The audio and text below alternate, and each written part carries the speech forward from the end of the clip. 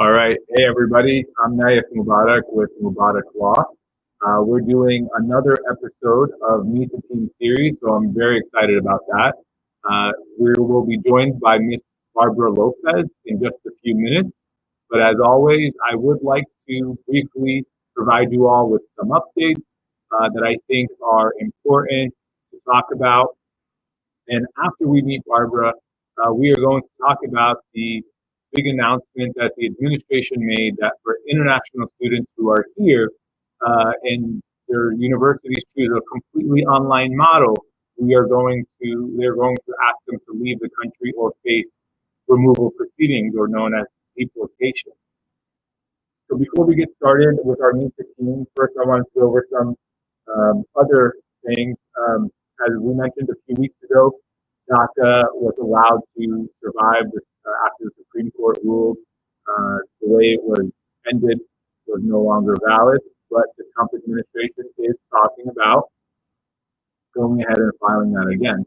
We also received a new of counsel for wills, trusts, and estates.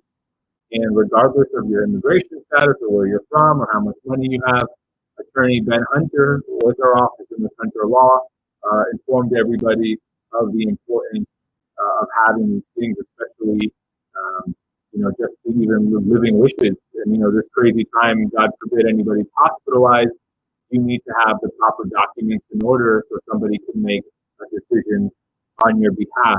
So that's just really important. I am going to ask you all to follow us on our social media accounts. Please, this way it's our fastest way to get up to speed information to you all, and this way you can stay abreast to any changes that are happening.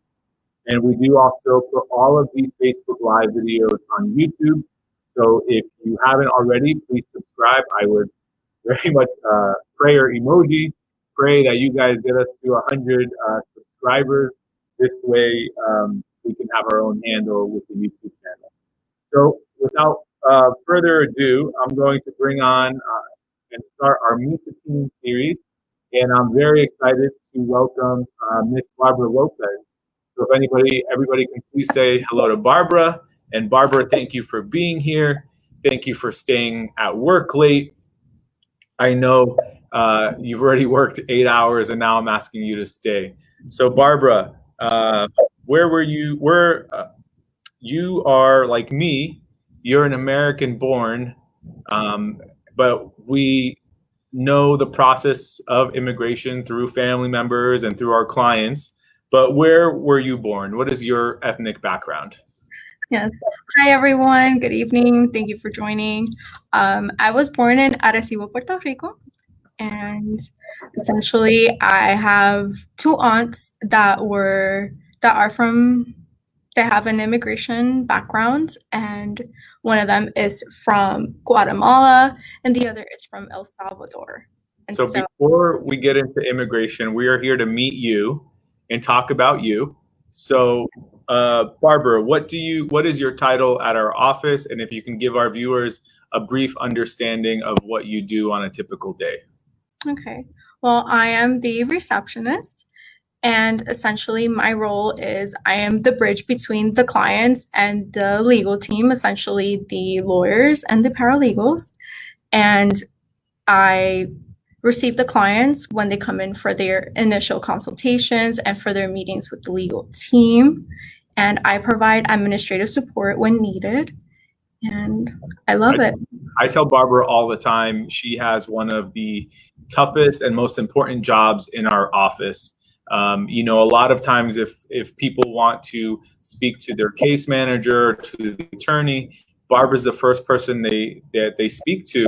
So Barbara really is like your friend and advocate to get your case manager on the phone. At our office, we have a 24-hour policy where we call everybody back within 24 hours. Barbara, how would you say we're doing with that? Do we usually do it same day or the next day? We do. We try to get a hold of the clients immediately.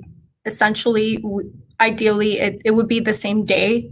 However, time constraints, but right. We are the one thing that sets Mubarak Law apart from all the other law firms in the area, I'm going to say this, is the fact that we get back to our clients within 24 hours. And that is something that I'm very proud to be a part of it. Yeah, I really appreciate you saying that. It's something that I think sometimes a lot of people struggle with. They can't get calls back from their attorney or case manager weeks at a time. And I do pride myself in kind of really delivering that. But prior to your working here, you did attend UCF, didn't you? Yes, I graduated from UCF in 2014. I majored in Spanish. Go And I Knights. Yes, go Knights. And I minored in Latin American Studies. And Dr. Lopez, if you are watching, thank you for everything. That's awesome. I know we all have our favorite professors or teachers, and it's great that we both brought up UCF, actually, because I'm speaking with the UCF Town Hall about the urgent, changes for F1 students tomorrow. It is exclusively for UCF students. So if you are watching and you're a UCF student, contact UCF Global, and I will be on there tomorrow for a webinar, and we'll look forward to speaking to you all. And later today, we're going to talk more about the changes. So, Barbara, so you graduated in Latin studies. Is that right? I graduated with a bachelor's in Spanish and a minor in Latin American Studies. Yes. Okay. And how does that help you, if at all? Sometimes people get degrees and it doesn't help them. How does it help you in your work today? Definitely, it has helped me out so much because I know different variations in the Spanish language from different countries, and I actually understand the history of Latin America a lot. And so a lot of the issues that are prevalent today were very prevalent back then.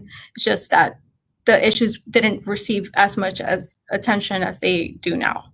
Right. It is definitely, our work is very much at the forefront of the news. Prior to, UCF even and Mubarak Law, you were a Marine Corps veteran, right? You are a Marine Corps veteran, and you served Marine Corps. Yes, I am once a Marine, always a Marine is the saying. And I served this country honorably for 2 years as a United States Marine. And it was one of the best experiences of my life. That's incredible. And thank you for your service to our country and for your commitment to our office. You're actually the third military veteran that we have at Mubarak Law. We also have attorney Joel Caminero, and then there's previous other employees or interns who were part of our office. And I feel like, the hard work or the camaraderie that you guys possibly develop is really kind of helps you in your work today. And what would you say some things that you learned during the Marines would apply to your work and your assistance today? Definitely. That's a really great question. Definitely the most important thing is listening actively. As a Marine, whether you are sitting behind your desk or you are out being an infantryman or woman, you have to listen actively because that can determine whether or not someone lives or whether or not someone's paperwork gets processed. It's very important. Definitely thinking quick on your feet. Right. And I definitely see that. And as I mentioned, and surprisingly, we even have a decent amount of military clients. For those who don't know, there are special programs in place for military veterans or family members of military personnel, like Parole in Place. We've had numerous cases that we were able to really be successful and to resolve an issue that was causing a lot of stress and harm for the servicemen or women. And then now that that's resolved, they can focus on their commitment to the military. So for a lot of people, they don't know that even a step parent or a stepchild could qualify as one of these relatives to be used for an immigration benefit. So it's just, there's so many different things in immigration law that's so interesting. That wasn't a question that I was planning on asking Barbara, but it, comes up as things are developing. So Barbara, what would you say would be the favorite thing of yours to do outside of work? Well, there are a few, but I'll just keep it to 3. First, I love to spend time with my family and friends. Whether it be going out to have a meal, watching a movie, going to the theme parks, you name it. Second, hi Willie, I love you. That's my brother. That's nice. Brother. I can't get my siblings to watch. I mean, that's really nice of him. Thanks, Will. Love you. Say hi to Mom. I knew he was going to do that. And of course, I have 2 beautiful dogs that I love to spend time with and do things with them. And definitely, I like going to Comic-Con and reading up on my comic books. I am a huge Wonder Woman fan. Oh, there it is. And, well, I keep it simple. So for those who are just tuning in, tonight we are continuing our Meet the Team series, where every couple of weeks we bring on a team member of Mubarak Law to learn a little bit about the human being who is working so hard for your cases. And tonight is Barbara Lopez, who has been with our office just 7 months. And I do feel like I've known her for a lifetime, and I'm happy that she's with us. It might be she brings me coquito every Christmas. So maybe that's her way of getting affection. But in all seriousness, she doesn't have an easy job. People are going through stressful times, and they're going through, probably something that's the most important aspect of their life. So a lot of times that can be stressful and cause them to be sometimes not so pleasant. But Barbara completely understands. And I've probably had 3 compliments about her from clients who just had a consultation. They said, by the way, that girl up front's lovely. Barbara Lopez, she's so nice. They know her by her name.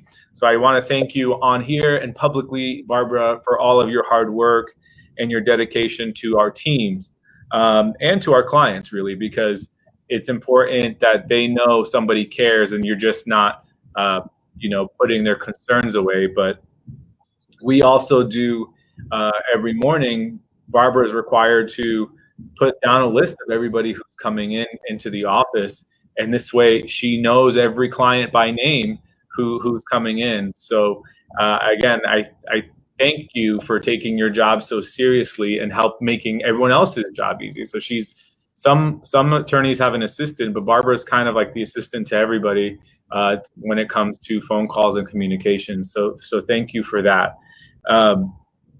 What would you say we said was your favorite thing about the office, since we're talking about the office? What is your favorite thing about the office? Well, it's right off the bat, it's the fact that it feels like we're a family. We support each other, we take care of each other, and we are comfortable with each other. And that's very important, especially in a work environment.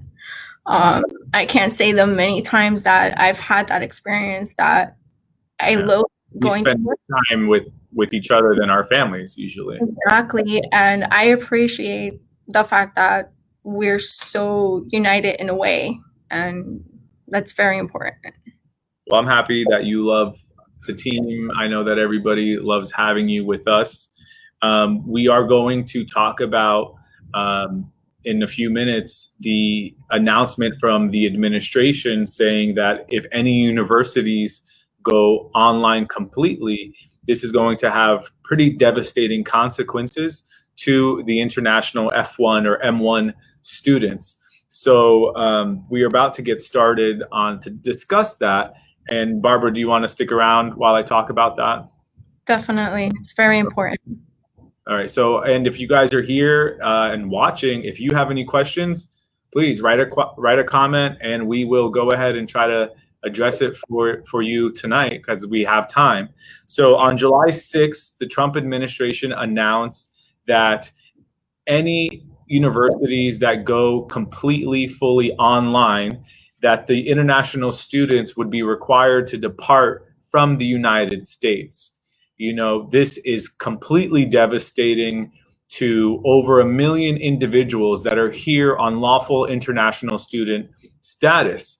And they may be in their last semester. Perhaps they are, you know, completing a program and in a critical time where they're unable to stop their education system. And now they're being forced to leave for a situation which they can't control due to the pandemic. And the universities are taking the position to protect these international students, or to protect their students in general. And we want to make sure, I just got distracted by that. These universities are trying to protect students from the pandemic, and now international students could be affected greatly. So I want to give you all a couple of statistics about international students. All right. So there is 1.12 million in the United States. All right. 1 million. Now imagine if these 1 million people are not in the classrooms, how many teachers will not have work? How many millions of people are not going to be buying cars or buying groceries? They are paying incredible amounts of tuition and came here for a specific purpose to study and are not allowed to work in most scenarios. And it is the 4th largest export of the United States. I'm talking about automobiles, technology, international students. Imagine we just stopped shipping cars out of the United States, what that would do to our economy. And that's what could happen because of the 1 million people who are being forced to leave from the US if they go online.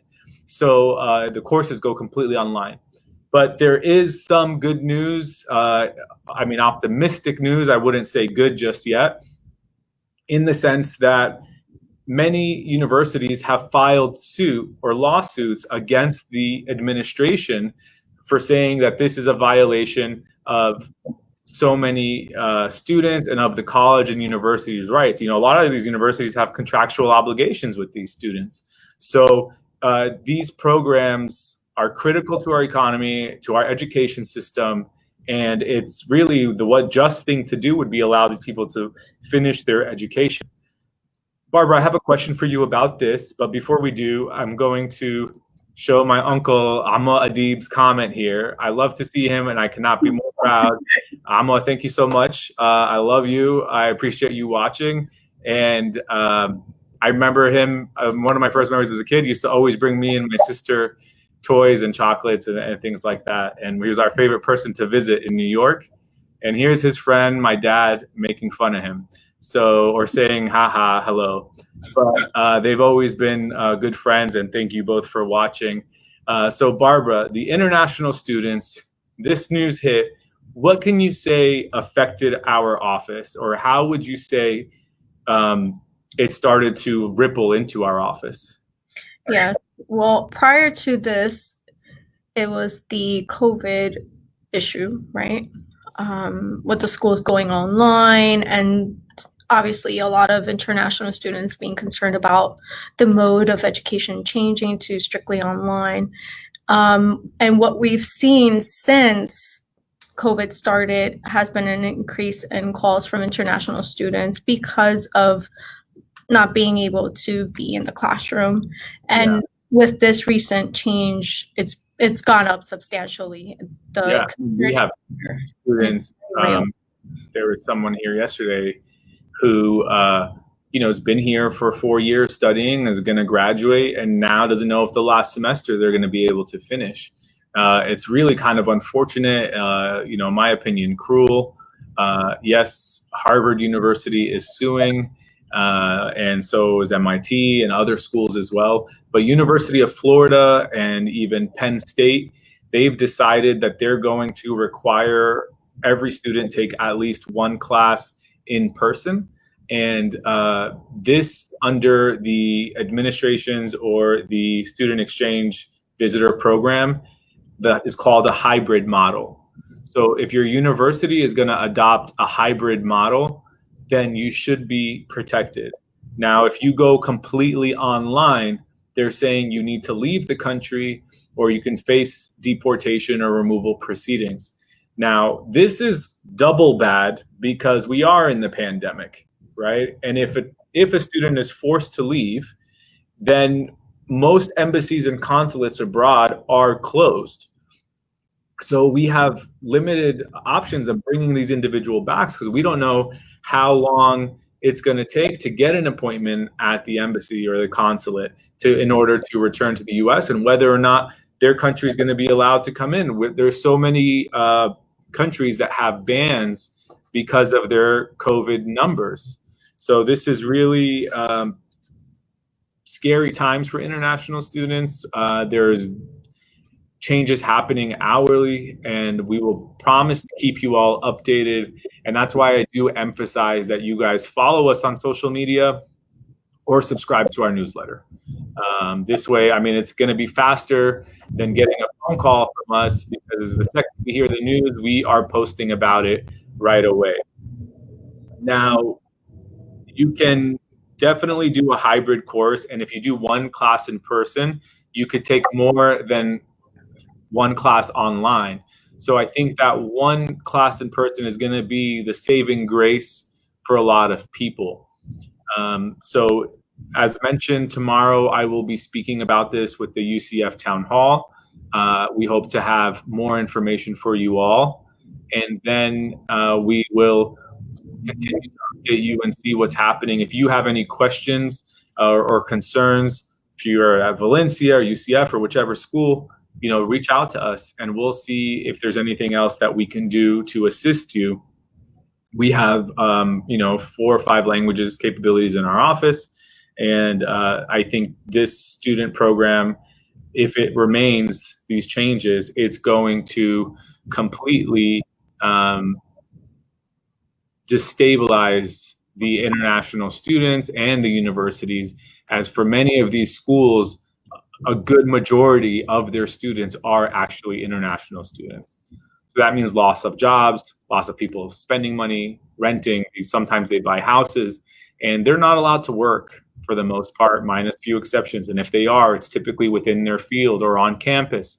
So the idea that we're trying to save jobs is just not doesn't make sense to me when there'll be teachers losing their jobs and items not being sold.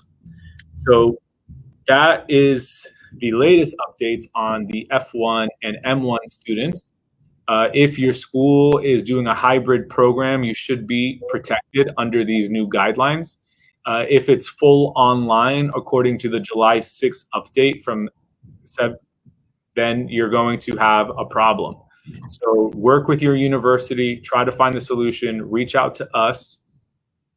Quick update, the immigration courts in Florida are still closed for non-detained cases. So only those people who are detained or incarcerated are having hearings. They're set to open on July 24th. Here we have a question. Let's see here. Okay, so this question is actually very relevant. Thank you, Mutaz. Basically, there's green card holders who are outside the United States and they can't come back because many countries have airports that are closed. And for a lot of them to apply for a reentry permit, you're supposed to be inside the United States. And that really doesn't make sense. If you're outside, you can't apply for this document. My guess or assumption is you're not the only one. The people who's dealing with that, there's probably hundreds of thousands of people in that situation. And due to the airport closures and the travel ban, you would be able to demonstrate the exception to the 6-month rule, which is outside of your control.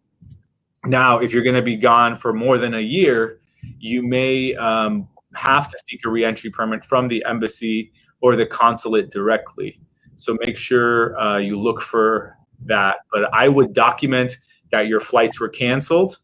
I would show proof that the airport was not operating and show multiple times of you trying to return to justify why you were not able to. And I think you should be fine if you travel with those documents. So just want a quick reminder, next week will be our Facebook Live in Arabic. So if you want to email us your questions, Miss Besma will be here. Shout out to Besma. I was just on her Instagram on Tuesday talking about the census. So if you haven't completed your census, please take the 2 minutes or less it does to finish the census. And this is important because depending on how many people are in our cities or in our homes is how much assistance or services are provided. And for those who are ethnic, Arabs have never been counted before in the census. For the most of us, we've been considered white under the American guidelines. So like my transcripts, for example, said the race of white. So this year you are able to select your ethnicity, Palestinian or Arab, Syrian, and this is critical because we want to show the true representative of what our country's makeup is. And our country is so great because of everybody from all over. So please complete your census. If you are an international student, reach out to your school to make sure. Look for us next Thursday. راح نكون بنتكلم بالعربي. إذا عندكم أي سؤال اتفضلوا. Subscribe to our newsletter and YouTube channel. And reminder of our new service with attorney Ben Hunter for wills, trust, and estates. Barbara, anything you want to add? I've been talking for a few minutes now. Yes. The COVID guidelines that we're following. Oh yeah. So go ahead. So we do meet with clients. We are encouraging Zoom. And what else, Barbara? Okay, so essentially when clients come in, we provide masks if they don't have one. We also have sanitizer in the front. We are following the guidelines to maintain a 6-foot distance from everyone. We are cleaning the conference room between every consultation and meeting. And we are also taking temperatures. Yeah, I mean, we try to follow the CDC guidelines. We want to protect you all. We want to protect my team, us. There have been in Orlando a few people that we know who have been tested positive, and they are suffering some severe symptoms. So for all of you who are watching, please stay safe. I love Orlando. I love our country, and everybody keep doing their best and fight for the best version of ourselves. Be registered to vote and make the best version of our country. So thank you all for tuning in. We'll see you next week in Arabic. And then the following week, we have some other special guests where we're going to have an employment attorney who can talk about your rights under employment law. We're going to have a business attorney to talk about different things businesses need to be careful with the whole COVID requirements and what you can and can't do with your employees. So you want to make sure you are staying up to date. Every day, you don't have to be an immigrant or a car accident attorney to know, or a client, that you need to stay on top of things, and there's changes constantly happening, and we will continue to do our best to give you these updates. And Barbara, thank you again for staying late. It's 7 o'clock. I expect you here tomorrow at 8:30. No excuses. Of course. And we will see you all tomorrow, and I hope everybody has a great night. And thanks for tuning in on this week's Mubarak Laws Facebook Live. Night, everyone.